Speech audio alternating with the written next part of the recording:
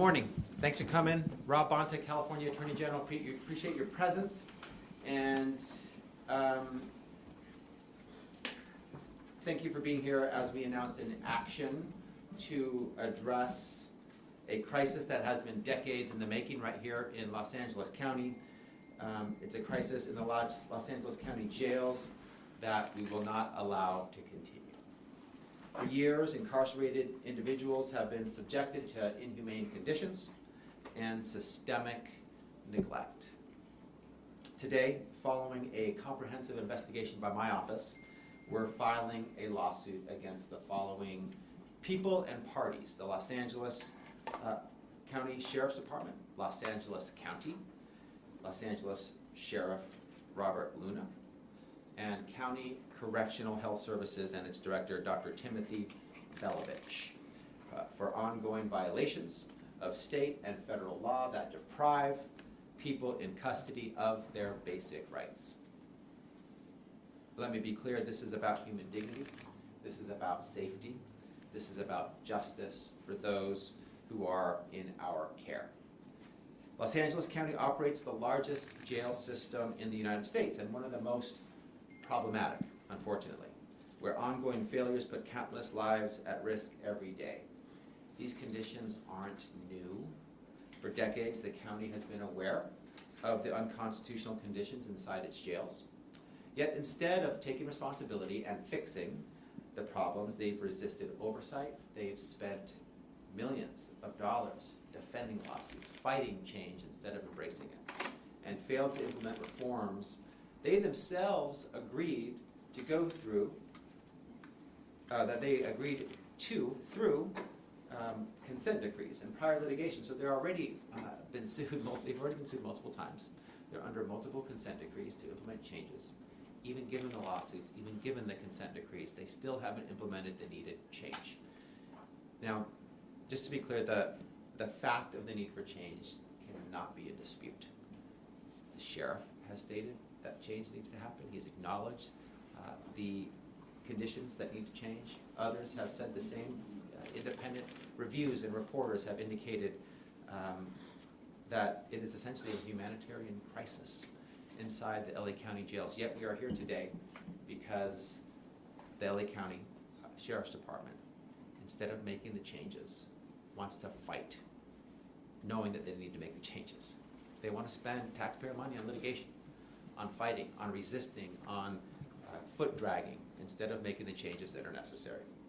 To this day, conditions inside Los Angeles County jails are still inhumane, and they include some of the following: filthy and unsafe facilities with broken plumbing, with infestations of rats and roaches, and inadequate access to drinking and bathing water.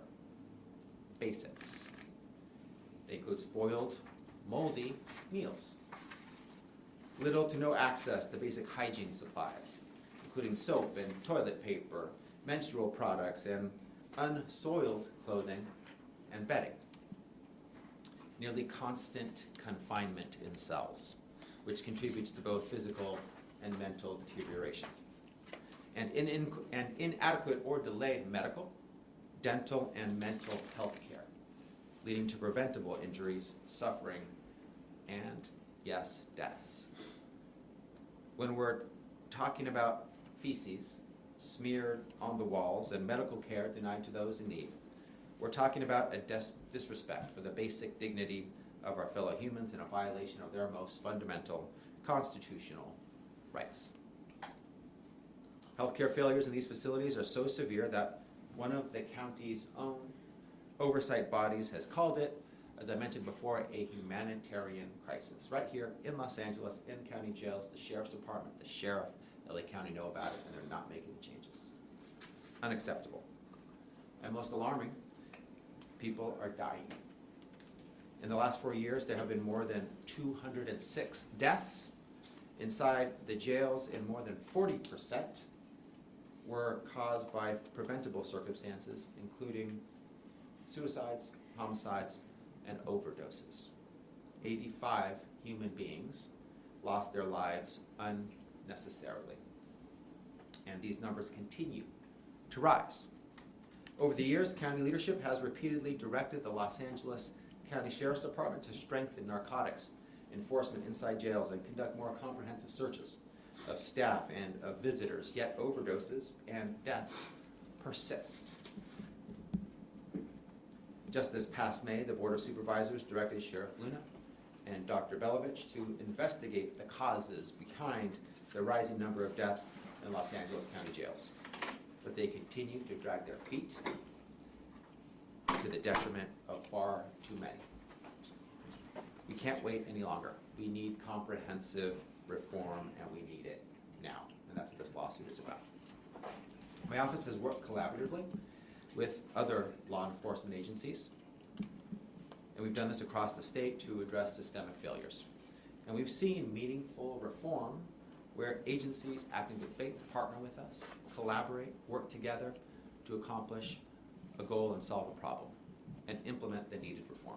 That's the way it should be. Unfortunately, that is not the case here. So we're left with no choice but to sue and seek injunctive and declaratory relief that would require Los Angeles County to do the following: to provide constitutionally adequate medical, dental, and mental health care, protect incarcerated persons from unreasonable risk of harm, maintain safe, humane, and habitable conditions, respect the dignity and the health of incarcerated individuals, ensure health care requests are addressed promptly and fully, provide reasonable accommodations and equal access to services for people with disabilities, and ensure access to language services for those with limited English proficiency. I prefer, to be clear, I prefer collaboration over litigation. But the county has left us with no choice, so litigation it is. We've seen as recently as last month what happens when law enforcement agencies proactively work with our office to improve. In Torrance, the city and the Torrance Police Department sought an independent review after deeply concerning misconduct among officers. They reached out to us. They knew they had a problem. They were right, and they reached out to us to help solve it. Together, we established a set of enforceable reforms to address our publicly reported findings, and the city agreed to have its implementation of these necessary reforms overseen by an independent monitor to improve accountability, policies, and community trust. That's the way to do it. And we were in this very room not long ago with Torrance's police chief announcing that reform, that path forward, that collaboration to acknowledge problems and confront them and fix them together. That's the way it should be. Where Torrance stepped up, Los Angeles County has stood still. They've refused to meet even the most basic constitutional standards. That's why we also recently had to ask a court to put in place a receivership over Los Angeles County's juvenile halls, because they too, rather than make progress on the needed reform, have stood still, and unacceptable conditions remain there as well. So make no mistake, my office will continue to step in to protect vulnerable populations and ensure meaningful reform when necessary. And it is necessary here in Los Angeles County in the Los Angeles Sheriff's Department. Today's lawsuit is just one example of that commitment and of that promise. We know that reform is achievable when agencies engage in good faith collaboration, but we won't hesitate to go to court when they refuse to act. The Los Angeles County Sheriff's Department has refused to act, and so we are in court. While the Los Angeles County Sheriff's Department made some improvements to its policing practices during the course of our investigation, these have primarily come from the county's compliance with other court orders. And these haven't put an end to the unsafe and unconstitutional conditions that continue to persist in its jail system. So I do want to acknowledge there have been some improvements in some areas, mostly on patrol, and those are important. We acknowledge them. We're grateful for them. That is the right path forward. But there has not been nearly enough progress with respect to the jails. and the conditions of confinement, which means that after years of engagement, we're left with no choice but to go to court to make these necessary changes happen. There are still unsafe and unconstitutional conditions that continue to persist in the jail system. That cannot continue. It will change. It must change. Our lawsuit will be the driving impetus to make those changes reality. And we didn't take this step lightly, but when lives are at stake and decades of inaction have caused preventable suffering and preventable deaths, we must act, and we will act, and today we do act. Every community deserves law enforcement that upholds, at a bare minimum, constitutional standards. That's the floor. Every person in custody deserves safety, health care, dignity. They deserve conditions that will prepare them to re-enter society and provide rehabilitation for those serving sentences. This benefits all of California. This lawsuit is about accountability, it's about transparency, it's about justice, and we are here to ensure basic rights, fundamental rights, are upheld. As California's Chief Law Enforcement Officer, I'm committed to ensuring that every Californian is treated with care, dignity, and protections they deserve, regardless of their custody status. And so that's what this lawsuit is about. I'm grateful for my team getting us to this point. I'm happy to answer any questions in a moment, but before I do, I want to acknowledge and thank the team members in my office that got us to this moment, working hard, working overtime on behalf of the people of California, and making sure that we have constitutionally compliant, legally compliant conditions in LA County here in the Sheriff's Department, which we do not yet have, but with our lawsuit we will. And I want to thank Yasmin Manners, Caitlin Weisberg, Tanya Sukija Cohen, Dominique Alcaraz, Joshua Piovia Scott, Shirley Sullinger, Cherokee Melton, Srividya Panchalam, Virginia Corrigan, Michael Newman, Daniel O'Bannon, David Brown, and so many others that have worked on this investigation over the course of the years. LA County is the largest county in the nation. This is a big sheriff's department. It's the largest in the nation. And so we've been digging in, reviewing and investigating to get to this point, and we have emerged with this very important complaint in state court to make sure that the necessary changes are made. And with that, I'm happy to answer any questions that you might have. Hi. Hi, Emily Valdez, KNX. I want to switch gears really quickly because I want you to comment on the Supreme Court's ruling that got rid of the temporary restraining orders, so now ICE agents can come back into LA and basically target people because of where they are, what they look like, their language. Yeah, and would like to and happy to answer any on-topic questions as well, but let me talk about that. I know it's top of mind for so many, including us in the California Department of Justice, who, as you know, we were an amicus in the underlying case here in the Central District of California, in which that the ACLU led, and in which a trial court judge found that it violated the Fourth Amendment for ICE agents, federal immigration officers, to use race, the inability to speak English, location, or perceived occupation, to use those factors in any one of them or in any combination to stop and detain, search, seize Californians. And I agree with that case. Thought it was well written,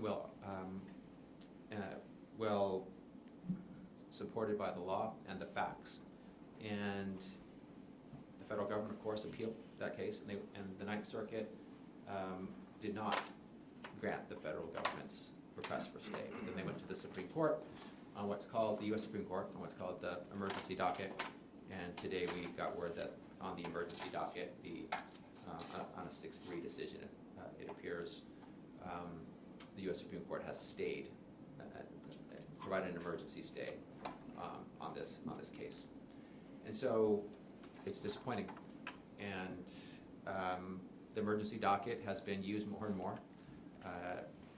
You often don't know who has voted how and for what reason. There's no argument. There's no written opinion. There's no statement by judges as to justices regarding where they stand and why they stand where they do.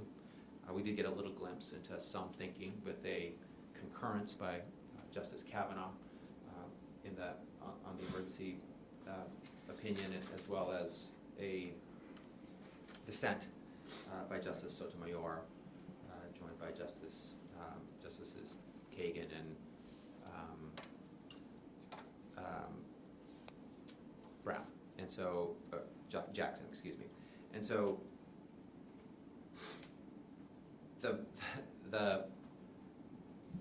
we don't know the reason that the 6 judges decided on this. We may never know, but we do know because he told us Justice Kavanaugh's decision, and it's very disturbing.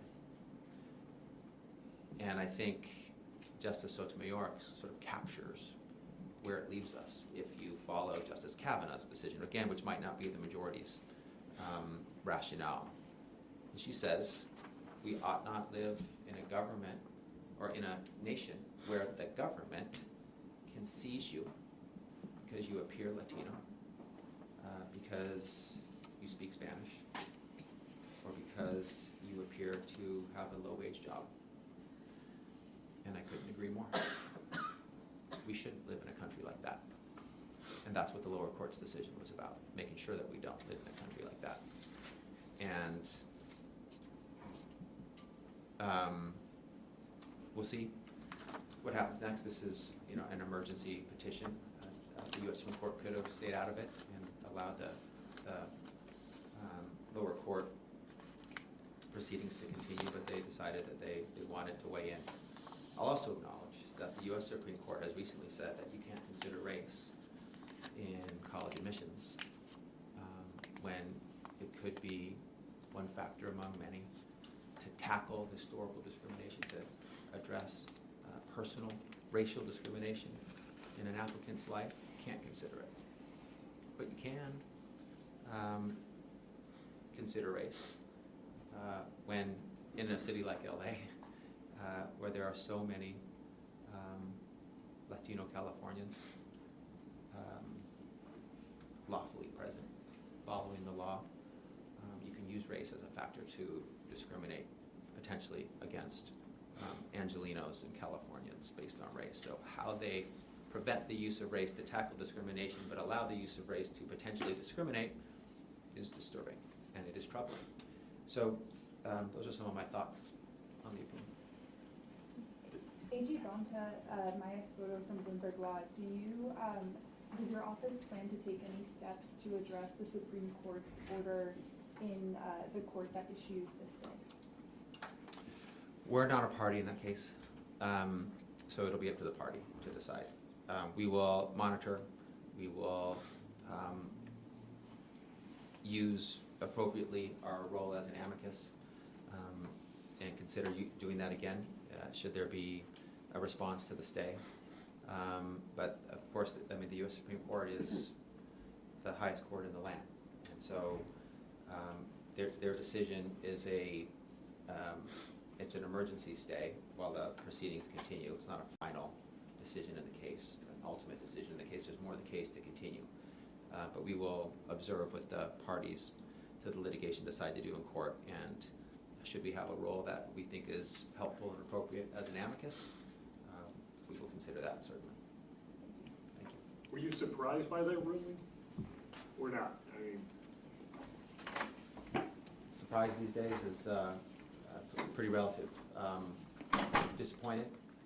I think the rationale articulated by Justice Kavanaugh is dangerous and wrong, but he's a Supreme Court justice and I'm not. And I don't know if he represents the majority of the court on this issue, but he really went out of his way and wanted to make sure people knew his thinking, and so we know it, and it's dangerous. And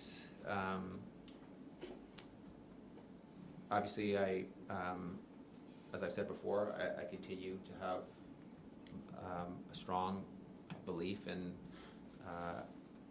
and a commitment to the rule of law. It's non-negotiable for me and for us here at the California DOJ. We'll uplift it and defend it. We follow court orders. And this wouldn't be the first time that in a case that we had or any party had, you've won below at the trial level, you've won at the intermediate appellate level, and maybe you don't get the answer that you want at the Supreme Court level, but we follow court orders because that's the appropriate thing to do in the United States of America. We're not talking about impeaching any justices or calling anyone a so-called judge or questioning the court's ability to opine. It is their role. They have taken a role, we will respect it. But it's disappointing. I wouldn't say surprised, but I will certainly say disappointing.